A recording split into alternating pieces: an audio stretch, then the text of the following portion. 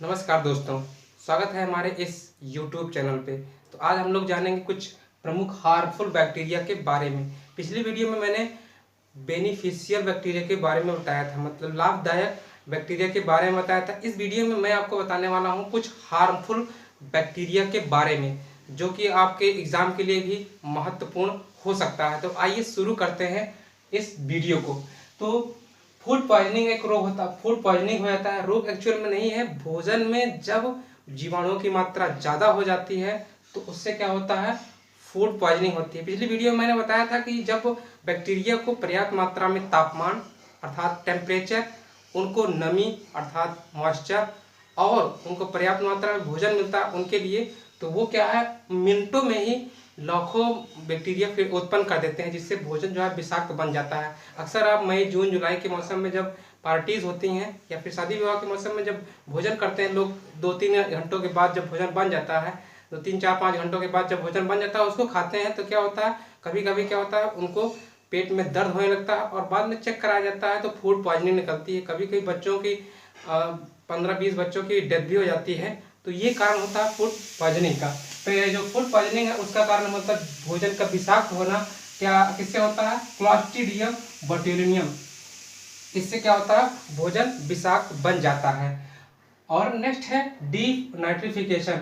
Denitrification मतलब पिछली video मैंने लाभदायक बैक्टीरिया के बारे में बताया था। उसमें बताया था कि जो कुछ बैक्टीरिया होते हैं जो उसमें एटमॉस्फेयर में नाइट्रोजन रहती है उसको नाइट्रेट में कन्वर्ट करते घूम की उर्वरक शक्ति को बढ़ा देते हैं। कैसे, जो मैंने बताया था कि जो दाल वाली फसलें होती है उनकी गांठों में एक बैक्टीरिया पाया जाता है, नाइट्रोमोनास सिट्री नामक बैक्टीरिया पाया जाता है, जो नाइट्रोजन को नाइट्रेट में कन्वर्ट कर देता है, जिससे भूमि की उर्वरकता बढ़ जाती है।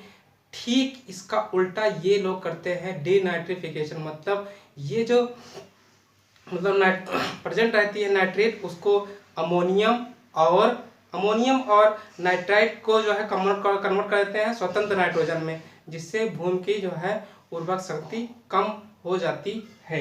तो ये इस बैक्टीरिया का नाम है बैसिलस डीनाइट्रिफिकेशंस, डीनाइट्रिफिकेंस। तो ये क्या करता है, भूमि को उर्वरक शक्ति कम कर देता है। नेक्स्ट है डिजीज इन प्लांट्स। कुछ पौधे होते हैं जो कुछ बैक्टीरिया होते हैं जो पौधों में रोग उत्पन्न करते हैं, जिससे हमारे जो किसान भाई हैं, जो फार्मर्स हैं, उनके फसल को नुकसान होता है और उनको धन की हानि होती है। तो आइए देख लेते हैं इसमें से ये होता है पौधों में जो है रोग, पौधों में रोग। तो पौधों में रोग कौन कौन से हैं इसकी मैं एक लिस्ट बना देता हूँ। तो ये जो कुछ पौधे होते हैं उसमें जैसे कि आपका है बिल्ट ऑफ, यहाँ पर देख लेते हैं बिल्ट ऑफ पोटैटो, ये जो है आलू में रोग होता है और इसका कारण होता है स्यूडोमोनास, स्पेलिंग देख लीजिएगा, स्यूडोमोनास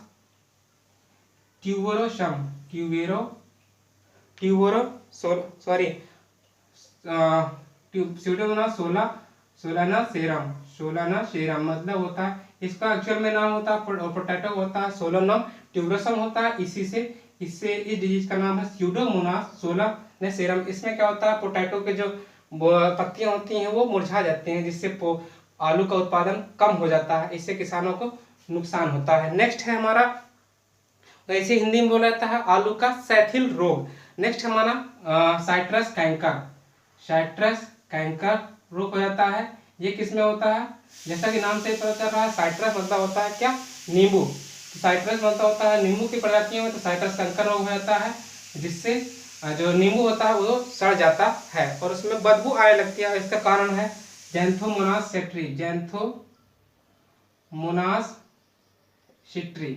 तो इससे जो है क्या हो जाता है, साइट्रस कैंकर नामक रोग हो जाता है। आगे देखते हैं टुंडू डिजीज इन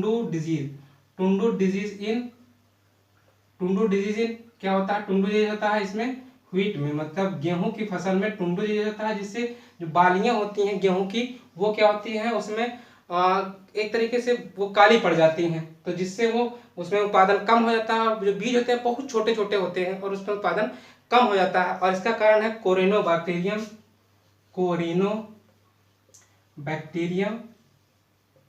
ट्राइटिकी।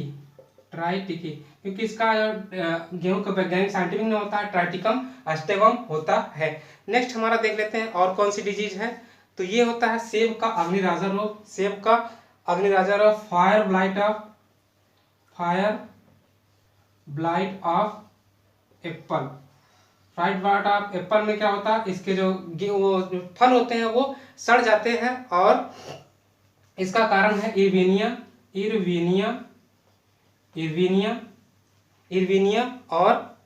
इसका इसी का जो फायर मतलब हाँ मैंने बता रहा था जो एप्पल होता है वो सड़ जाता है, उसमें जगह जगह निशान बन जाते हैं, घाव के रूप में बन जाता है, तो जिससे वो फसल का नुकसान होता है और वो खाने लायक नहीं रहता और इसका कारण है इर्विनिया। नेक्स्ट है चावल का अंगमारी रोग।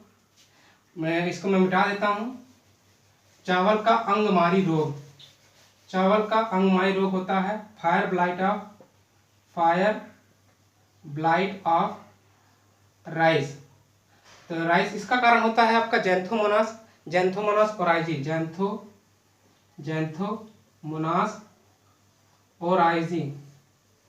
ओराइजी। तो इससे क्या होता है, जो गेहूं जो धान की फसल होती है उसके जो उत्पादन होता है वो कम हो जाता है। नेक्स्ट में crown gall disease of fruit. Crown gall disease होता है आपका फ्रूट्स में, डिजीज ऑफ फ्रूट्स में होता है। तो इसका कारण है आपका एग्रोबैक्टीरियम ट्यूबरोसम।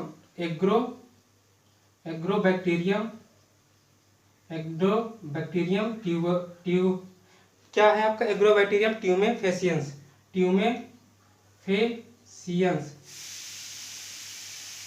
तो ये होता है आपका फलों में हो जाता है आपका। तो कुछ पशुओं में भी रोग होते हैं, उनका कारण आप देख सकते हैं। तो इसमें जानवरों में अनेक रोग उत्पन्न होते हैं, जैसे होता है जानवरों का ब्लैक लेग ऑफ एनिमल्स। ये भी जो है बैक्टीरिया के कारण होता है, जिससे पशुओं जो है चलने में प्रॉब्लम होती है और वो इनका इलाज ना कराए तो उनकी भी डेथ हो जाती है। और इसका कारण होता है क्लास्ट्रीडियम